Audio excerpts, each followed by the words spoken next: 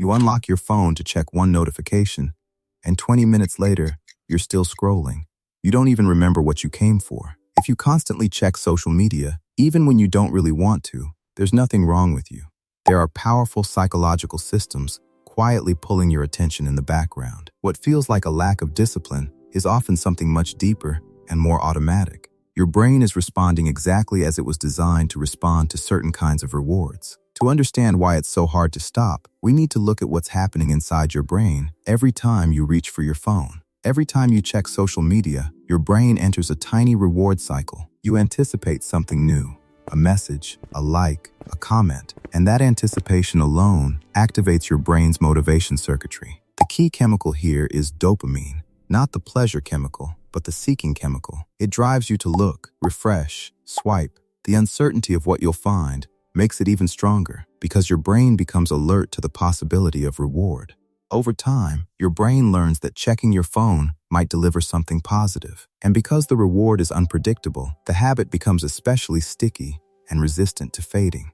The first mechanism behind constant checking starts with something called variable rewards. Variable rewards are unpredictable rewards delivered at irregular intervals, like slot machines. When rewards are uncertain, your brain releases more dopamine in anticipation. The unpredictability makes the experience more compelling than if rewards arrived on a fixed schedule. You stay engaged longer because you never quite know when the next payoff will appear. This creates a subtle tension inside you.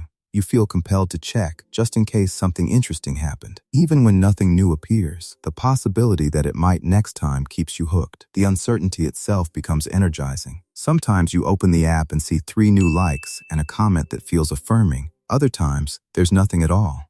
That inconsistency trains you to check repeatedly because the next refresh could bring validation or connection. But rewards aren't just about content. They're also about how you see yourself in the eyes of others. Social validation is the psychological boost you get when others acknowledge or approve of you. Humans evolved to depend on social groups for survival. Being accepted meant safety, protection, and belonging. Rejection carried real risk. Even though your life no longer depends on tribal approval, your brain still treats social signals as highly significant. As a result, likes, comments, and shares subtly attach your sense of self-worth to visible metrics. Even if you logically understand that numbers don't define you, your emotional brain reacts as if they do.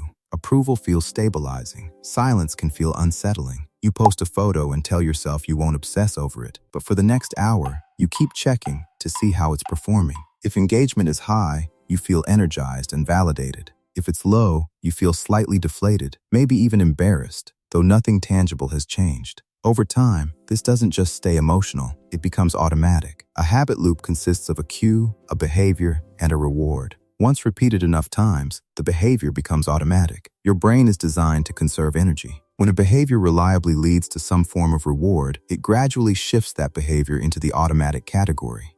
This frees up mental resources for other tasks, but it also makes the behavior harder to interrupt. Eventually, you start checking social media without conscious intention. Bored? Open the app. Waiting in line? Open the app. Slightly uncomfortable? Open the app. The cue triggers the action before you've fully registered the urge. You don't sit down and decide to scroll. Your thumb moves almost on its own. Sometimes you realize you're scrolling only after several minutes have passed, as if you drifted there. And often, what triggers the habit isn't boredom, it's discomfort. Emotional avoidance is the tendency to distract yourself from uncomfortable feelings instead of processing them. Your brain prioritizes short-term relief over long-term growth. When you feel anxious, lonely, stressed, or insecure, a quick scroll offers immediate distraction. It shifts your attention away from the discomfort and replaces it with novelty and stimulation. This creates a powerful association. Social media becomes a coping tool, not necessarily because you love it, but because it helps you avoid sitting with difficult emotions. The relief may be temporary, but it is reliable enough to reinforce the behavior. You receive a stressful email and feel a knot in your stomach. Instead of responding, you check Instagram for a second. The distraction softens your anxiety just enough to feel manageable. A few minutes later, you're still scrolling, and the original stress is waiting for you. But there's another layer that makes checking feel urgent: the fear of missing out.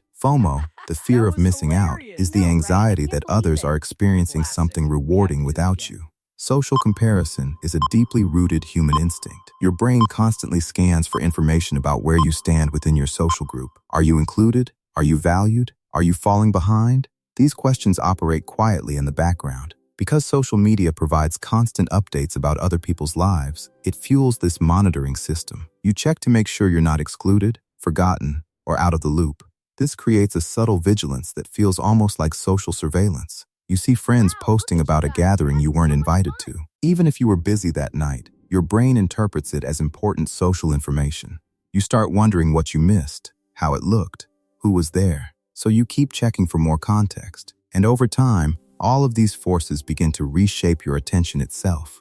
Attention fragmentation happens when your focus is repeatedly interrupted by small bursts of stimulation. Social media delivers rapid, bite-sized novelty, new images, captions, headlines, each triggering small dopamine spikes. Your brain adapts to this fast pace. It becomes accustomed to constant input and quick shifts in focus. As this pattern strengthens, longer and slower activities begin to feel dull by comparison. Silence feels uncomfortable. Deep work requires more effort. You start craving constant micro-stimulation, which naturally leads to even more checking. You sit down to read a book or work on a project. After a few minutes, you feel restless. Nothing dramatic is wrong. Your brain simply expects novelty at a faster rate. So you reach for your phone, not because you truly need it, but because your attention has been trained to seek frequent stimulation. So constant checking isn't random. It's the predictable result of how your brain adapts to reward, emotion, and attention. Unpredictable rewards train you to keep checking. Social validation ties engagement to self-worth. Habit loops automate the behavior. Emotional avoidance and FOMO make it feel urgent. Constant novelty reshapes your attention span. When you put these pieces together, your scrolling stops looking like a personal flaw and starts looking like a learned neurological pattern. You're not addicted because you're weak. You're responding exactly the way a human brain is designed to respond to variable rewards and social signals. And once you see the pattern clearly, you create space to interrupt it gently, rather than judging yourself for it. If this helped you understand your own scrolling habits, let me know in the comments which mechanism felt most familiar. And subscribe if you'd like more calm, psychology-based reflections like this. Your attention is powerful, and once you understand it, you can gently take it back.